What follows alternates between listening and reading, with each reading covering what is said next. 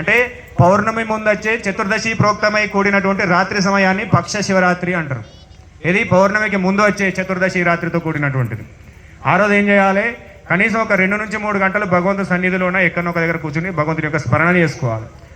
మనకు మాస శివరాత్రి తెలియదు, పక్ష శివరాత్రి ఏం తెలుస్తుంది? పక్కింటిలో ఏం జరుగుతుంది, ఏ టైంకి ఏ సీరియల్ వస్తుంది అని తెలుస్తుంది. మనకు వేరే తెలియదు.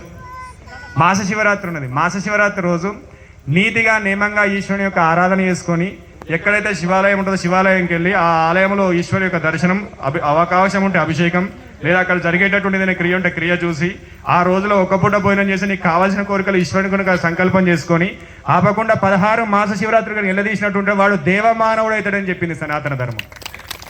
అంటే దైవంతో సమానుడు అవుతాడు ఆ వ్యక్తి. ఎలాంటి జపతపాలు అవసరం లేదు.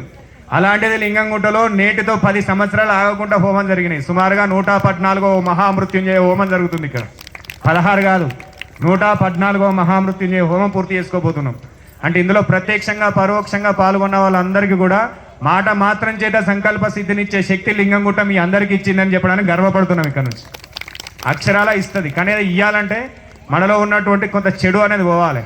ఇప్పుడు ఈ కమండలంలో కొన్ని వ్యర్థ పదార్థాలు పెట్టుకొని మన నదిలో ముంచినట్టుంటే నది జలం ఇళ్ళకి వస్తుందా?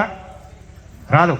అది రావాలంటే ఏం చేయాలంటే నీలో మంచి గుణం లేనిది, నీలో ఉన్నటువంటి చెడు గుణాలు బయటకు ఉంది, అందులో ఉన్నటువంటి మంచి అనేది నీకు అంటే బహిర్గతంగా ఉన్నటువంటి మంచి అనేది నీలోకి ప్రవేశించదు. నీ జీవితంలో ఎదుగుదల రావాలంటే ఏం చేయాలి? నీలో ఉన్నటువంటి చెడును కాస్త బయట పోసిన తర్వాతనే మంచి అందులోకి ప్రవేశిస్తుంది. అది ఎవరికైనా సరే, అది ఎవరికైనా చాలా అవసరం అన్నమాట. దాన్ని మనసులో పెట్టుకోవాలి. దాన్ని వదిలేసి మనం రకరకాల ఆలోచనలు చేస్తూ ఉంటాం. 5 నిమిషాలు స్మరణ చేయమంటే 5 నిమిషాలు పక్క వాళ్ళ గురించి ఆలోచన, ఒక 2 నిమిషాలు మౌనంగా ఉండమన్నా వేరే రకమైన ఆలోచనలు. అంటే స్వామి మమ్మల్ని కావాలని ఆపుతుండేమో. ఈ రోజు లింగంగుట్టలో 6:30కు రమ్మని చెప్పినారు, 7 అవుతుంది. ఇంకేది మా కార్యక్రమం? లింగంగుట్టలో ఎంతసేపు నువ్వు ఇక్కడ గడుపుతావో అంత నీ కర్మ, చెడు కర్మ భస్మం అయితే దానికోసం 5-10 నిమిషాలు లేట్ చేయించడం తప్ప మిమ్మల్ని ఇబ్బంది పెట్టే అవకాశం లేదు మాకు. నేను ఇక్కడ కూర్చుని కూడా అవసరం లేదు. వాళ్ళకి చెప్తే మీకు 5 గంటల నుంచి హోమం స్టార్ట్ చేస్తారు.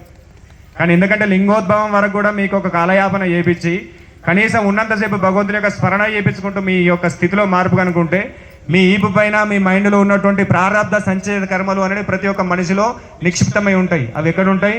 మైండ్లో ఉంటాయట, మెదడులో ఉంటాయి. మిగతా ఈపులు ఉంటాయి. మనం పుట్టుక నుంచి తీసుకొచ్చుకునే అన్నీ కూడా ఈపులు ఉంటాయట. మనం ఈ జన్మలో చేసినటువంటి పాప పుణ్యాలన్నీ కూడా మైండ్లో ఉంటాయట. అవి మంచి అయితేనేమో మంచిగా పనిచేస్తాయి, చెడు అయితేనేమో చెడుగా పనిచేస్తాయి. ఇలాంటి లింగంగుట్ట స్థానంలో కనుక నువ్వు స్మరణ చేసినట్టుంటే మంచి ఉంటే నీ జీవితం ఉన్నతంగా త్వరితంగా ఉన్నత స్థితికి వెళ్తుంది. చెడు ఉంటే కనుక అతి త్వరలో నీ యొక్క చెడు భస్మం చేసే శక్తి ఈ సిద్ధభూమికి ఉన్నదని చెప్పడం కోసం మీకు 5-10 నిమిషాలు లేట్ చేపిస్తున్నా తప్ప వేరే ఏం లేదు. మిమ్మల్ని ఇబ్బంది పెడితే మాకేమైనా వస్తుందా? ఇంకో గంట సేపు ఎక్కువ కూర్చుని పెడితే ఏమైనా ఇబ్బంది అవుతుందా? ఎందుకంటే ఆ యొక్క శక్తి అందరికి అందాలనే ఒక సదుద్దేశం తప్ప వేరే ఏం లేదు. దీంట్లో అర్థం చేసుకోవాల్సిన అంశం ఏంటంటే ప్రతిరోజు కనీసం 5-10 నిమిషాలు నియమంగా ఉండండి. మీరు చేసినటువంటి నిష్ట, ఆ బ్రహ్మనిష్ట కావచ్చు, జపం కావచ్చు, వేరే ఏ సాధనైనా కావచ్చు, అది మీకు అన్వయం చెందాలంటే తల్లి తండ్రిని, అత్తమామను, తులసిని, గోవును, బ్రాహ్మణులను, గురువులను ఖచ్చితంగా గౌరవించాలి. వాళ్ళ గురించి చెడుగా ప్రవర్తన చేసుకోకూడదు, చెడు ఆలోచనలు చేసుకోకూడదు. తల్లిదండ్రుల గురించి కూడా తప్పులు మాటలు వాళ్ళు ఎంత దుర్మార్గులు కానీ వాళ్ళ కర్మకు వాళ్ళు పోతారు. వాళ్ళ కర్మను ఇప్పుడు ఎదుటోడు తప్పు చేసిండు అనుకుంటే, కృష్ణుడు అర్జునుడు ఒకసారి ఒక పార్టీకి పోయినట. అప్పుడు కృష్ణుడు ఏం చేసిండు? ఆ పార్టీకి పోయిన సందర్భంలో అక్కడ ఉన్న భక్తుడు ప్రేమతోడు పెడితే కొన్ని మాంసం ముద్దలు తిన్నాడట. ఎవరు? శ్రీకృష్ణ పరమాత్ముడు. ఏంటి తిన్నాడు? భక్తుడు ప్రేమతోడు పెట్టిండు కాబట్టి ఆయన భగవంతుడు. భక్తుడు ఏది ఇచ్చినా స్వీకరించాలి. ఆ భక్తుడు ఎట్లా పెట్టిండు? ప్రేమతోటి పెట్టిండు. ఎట్లా పెట్టిండు? ప్రేమతోటి పెట్టిండు. ప్రేమతోటి పెట్టినప్పుడు అది స్వీకరించవలసిన సందర్భం ఏర్పడ్డది. అప్పుడు అర్జునుడు ఏమన్నాడంటే, కృష్ణ నువ్వు దేవుడు అనుకున్నా, నువ్వెంతో నీతిపరుడు అనుకున్నా, నువ్వేం తినవనుకున్నా, చేయవనుకున్నా అని ఏం చేసిండంటే ఆయనలో ఉన్నటువంటి ఆ తాత్కాలికంగా చూపిన కృష్ణ మాయకు లోనైండు. ఎవరు? అర్జునుడు. ఏమి చేసిండో యశోదమాత దగ్గరికి వచ్చి, అమ్మ నీ కొడుకెంతో జ్ఞానవంతుడు, మంచి సాత్వికుడు, అసలు ఆహారంలో శుద్ధమైన ఆహారం తీసుకుంటాడనేటువంటి భావన నేను ఉన్నట్టున్నా, ఆ ఆహారం నాకన్నా ముందర మాంసం తిన్నాడమ్మ నీ కొడుకు అని చెప్పేసి యశోదమాతకి చెప్పిండట. ఆ యశోద ఏమన్నదంటే, అమ్మ అర్జునుడు చెప్పేదంతా కూడా అది కరెక్ట్ కాదు. నేను నా దృష్టిలో మాత్రం తీసుకునేది మాత్రం సాత్విక ఆహారమే. ఎవరికో కృష్ణుడు చెప్తుండు యశోదమ్మకు, కృష్ణుడు ఏ తల్లైనా మందలిస్తుంది, ఢిల్లీకి రాదైనా తల్లి కొడుకే, మా అమ్మ కూడా నన్ను మందలిస్తుంది, తిడుతుంది, కొడుతుంది కూడా. నేనేదైనా తప్పు నడకలు నడిచినప్పుడు అది తల్లికి ఉండే అర్హత. ఆ అర్హతని ఇచ్చినట్టు వాడే ఆ తల్లికి తగ్గ కొడుకు అని చెప్తుంది సనాతన ధర్మం. నేను గొప్పనైనా, నీ పెద్దోనైనా నువ్వు నన్ను ఎదిరిస్తావా, నాకు వేరే రకంగా మాట్లాడతామనేటువంటి వాళ్ళు కొడుకులు కాదు, కోడళ్ళు కాదు. నువ్వు ఎంత ఎలుగు తల్లి తండ్రిని చూడగానే నీలో ఒక భయము, ఒక ప్రేమతో కూడినటువంటి ఒక అనురాగంతో కూడినటువంటి భయం నీ దగ్గర ఉంటుందో నువ్వు నిత్య సత్యమైన సాత్విక పరిమాణంతో కూడినటువంటి రాజయోగ ధర్మానికి సంబంధించిన వ్యక్తి అని చెప్తుంది శాస్త్రం. అది ఖచ్చితంగా మనసులో పెట్టుకోవాలి. అయితే అప్పుడు చెప్పినట్టు యశోదామాత ఏమంటుందంటే, నిజమా కృష్ణ గట్టలు చేసినావు మరి? అర్జునుడు ఇట్లా చెప్తుండే, లేదమ్మా నా భక్తుడు ఏదైతే పెట్టిండో దాన్ని సాత్విక పదార్థం అనే నేను తీసుకున్నా. అది ఏంటిది? అది ప్రేమతోటి పెట్టినటువంటి పదార్థం. ఏ రకంగా పెట్టింది? భక్తితోటి పెట్టిన పదార్థం. అది లౌకిక దృష్టికి అర్థం కాదు. భక్తితో పెట్టినటువంటి పదార్థాన్ని ఏం చేసిండు అంటే భక్తిపూర్వకంగానే తీసుకున్నాడు. సరే, ఇప్పుడు నేను అవద్దని చెప్తున్నా, అర్జునుడు అవద్దని చెప్తున్నా, తెలియాలంటే ఏం చేయాలంటే మేమిద్దరు తిన్నది కక్కిపి అమ్మ అని చెప్తాడు. ఎవరు? శ్రీకృష్ణుడు చెప్తాడట. అప్పుడు ఇద్దరు అర్జునుడు కక్కుతాడు, శ్రీకృష్ణుడు కక్కుతాడు. అప్పుడు అర్జునుడి నోటి నుంచి నాన్ వెజ్ బయటకు పడుతుంది, కృష్ణుడి నోటి నుంచి పంచపక్ష పర్వాణాలు బయటకు పడతాయి. అంటే అక్కడ అర్థం ఏంటిదంటే ఎదుటి వాళ్ళు తిన్నడు తిన్నడు తిన్నడు అనే సాకు చెప్తుండే ఎవరు? అర్జునుడు. అంటే ఎదుటి వాళ్ళు చేసినటువంటి తప్పును ఎత్తి చూపుతున్నాడు. అప్పుడు ఎత్తి చూపుతున్నప్పుడు ఏమైంది? ఆయన పంచపక్ష పర్వాణాలు అర్జునుడు తిన్నాడు. అక్కడ భక్తుడు పెట్టినటువంటి నాన్ వెజ్ని కృష్ణుడు తినడని చెప్పింది అప్పుడు శాస్త్రం. ఆ తిన్న సందర్భంలో ఇద్దరు కూడా కక్కేసరికి, ఎందుకంటే ఈయన తిన్నడు తిన్నడు తిన్నడు అన్నాడు కాబట్టి ఆయన తినే ఆహారాన్ని ఏ భావనతో తిన్నాడు? ఆయన నాన్ వెజ్ తింటుండని ఈయన సాత్విక ఆహారం తింటుండు. ఏది? లడ్డూలు బూరెలు అవి తింటుండు. ఎవరు? అర్జునుడు. అది చూస్తూ ఇది తిన్నాడు కాబట్టి ఇది మాంసాహారం అయింది. అది భగవంతుడికి భక్తితో పెట్టిన భక్తుని ప్రసాదంగా తిన్నాడు కృష్ణుడు కాబట్టి అది సాత్విక ఆహారం అయింది. అది ఎందుకు కృష్ణమాయ ఎందుకు చూపెట్టిన సందర్భంలో మన కోసం ఏంటిలేదు మనకి ఎట్లా మనం అర్థం చేసుకోవాలంటే, నీ జీవితంలో నీ పక్క వాళ్ళు కానీ నీ చుట్టూన్న వాళ్ళు కానీ తప్పు చేస్తున్నప్పుడు శ్రద్ధగా వినాలి. ఈ కథలో అంత గూఢమైనటువంటి రహస్యాలు ఉంటాయి. అందుకే పురాణాలు చదవాలి, పెద్దల ద్వారా తెలుసుకోవాలి, దాంట్లో ఉన్న రహస్యాలు మనం తెలుసుకోవాలి. నీ పక్క వాళ్ళు తప్పు చేసినా, నీ చుట్టూన్న వాళ్ళు తప్పు చేసినా ఆ తప్పును నువ్వు పాయింట్అవుట్ చేయడంలో, అంటే దాన్ని ఎత్తు చూపడంలోనే నీ జీవితం గడిచిపోతుంది. ఆ గడిచిపోయినప్పుడు ఏమవుతుంది? వాడు చేసినటువంటి తప్పు నువ్వు తప్పు తప్పు తప్పు తప్పు అంటున్నావు అంటే ఆ తప్పు నీకైతే నువ్వు చేసిన పుణ్యం అంతా వాడికి పోతుంది, ఎదుటికి పోతుంది. అట్లాంటి సందర్భంలో నువ్వు అనేటటువంటి మాట నీకు తదాస్తు అంటారు దేవతలు. కాబట్టి ఎవడు ఏదన్నా అనుకొని ఎంత తప్పు చేసినా ఏది చేసినా ఆ సందర్భం నీకు భగవంతుడు ప్రసాదించినప్పుడే తప్పు అని చెప్పాలి తప్ప నీ జీవితంలో అదే పాటగా పెట్టుకొని అదే ఆటగా పెట్టుకుని ఎదుటోళ్ళని పాయింట్అవుట్ చేద్దాం, ఎదుటోళ్ళని వేరే రకంగా ఎత్తి చూపదాం అనే కనుక ఆలోచన నీలో ఉంటే వాళ్ళలో ఉన్నటువంటి చెడు కర్మనంతా మనం మొయ్యవలసి వస్తుంది. అది జాగ్రత్తగా గుర్తుపెట్టుకోవాలి.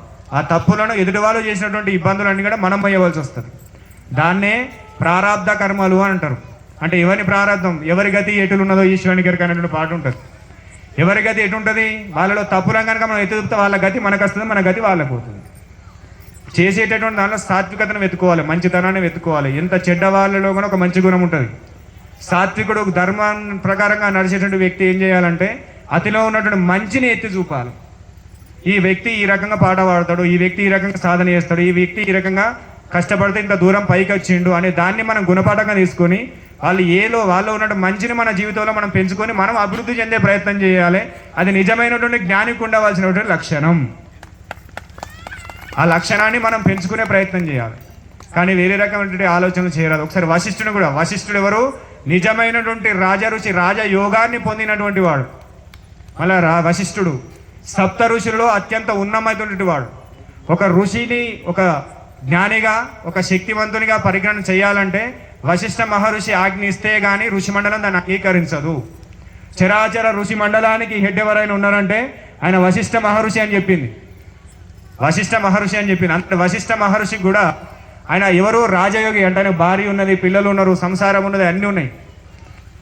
రేపు సన్యాసులేమో రాజయోగులు అయిపోతున్నారు, రాజయోగులేమో సన్యాసులు అయిపోతున్నారు. ఏ రకంగా అంటే మనసులో భావాలను బహిర్గతం చేయకుండా నీ జీవితాన్ని అంతా కూడా నువ్వు ఏ రకమైన సంసారంలో ఉన్నా కూడా నీ నడవడికను, నీ మాటను, నీ ఆలోచన, నీ స్థితిని భగవంతుని దగ్గర పెట్టి ఆ ధర్మంలో ఉన్న సూక్ష్మాన్ని సమాజానికి చూపేటటువంటి వాడు రాజయోగి, ఋషి ధర్మం కలిగినటువంటి వాడు. దాన్ని విడిచిపెట్టి ఈరోజు సన్యాసులం అని చెప్పి వేరే అని చెప్పి రకరకాల ఆలోచనలతో ఉండి వేరే మార్గంలో వెళ్ళే వాళ్ళు చాలామంది ఉన్నారు. సన్యాసి అయిన వాడు వాహనాలు ఎక్కరా ఫస్ట్. సన్యాసి అయిన వాడు అన్య వితాలను మాట్లాడరాదు. సన్యాసి అయిన వారు స్త్రీ ధర్మాల గురించి ఎక్కువ మాట్లాడకూడదు. సన్యాసి అయిన వారు కుటుంబంతో ఉన్నటువంటి వాళ్ళతో ఇచ్చినటువంటి ఎక్కువ సంభావాలు ఇవి కూడా తీసుకోరాదు. సన్యాసి అయిన మఠాలు నిర్మించుకోరాదు.